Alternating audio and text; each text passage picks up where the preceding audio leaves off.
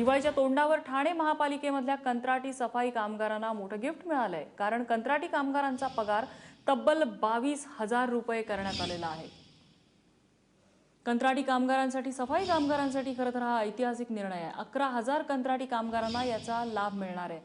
मिलिंद भागवत आमचे प्रतिनिधी आपल्यासोबत आहेत फोनवरून। मिलिंद, खरोखरच आनंदाची बातमी आहे या सफाई कर्मचाऱ्यांसाठी।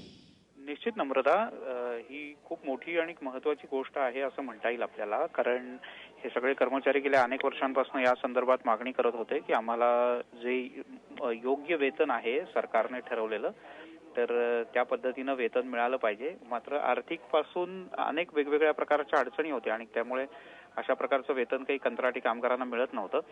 या संदर्भात खरं तर 24 फेब्रुवारी 2015ला राज्य सरकारनं एक अधिसूचनाही काढली होती आणि त्यात असं म्हटलं होतं की कंत्राटी कामगारांना किमान वेतन किती मिळालं पाहिजे, मूळ पगार किती असला पाहिजे आणि त्यानुसार अकुशल जे कामगार आहेत तर त्यांना परिमंडळ 1 करता 11,500, 2 करता 10,000 आणि 3च्या करता 8,500 अशा प्रकारचा पगार ठरवण्यात आला होता।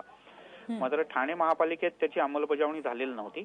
खरं तर देशात पहिल्यांदाच अशा प्रकारची अंमलबजावणी होते आहे आणि त्यामुळे आता ठाणे महानगरपालिका क्षेत्रातले जे कर्मचारी आहेत, प्रामुख्याने सफाई कर्मचारी जे कंत्राटी कामगार म्हणून काम करत होते इतके वर्ष, तर त्या सगळ्यांना याचा मोठ्या प्रमाणात फायदा होईल। नक्कीच मिलिंद, म्हणजे यंदाची दिवाळी त्यांच्यासाठी भाग्याची दिवाळी ठरलेली आहे। पगार 22,000 रुपये झालेला आहे। धन्यवाद या माहितीबद्दल।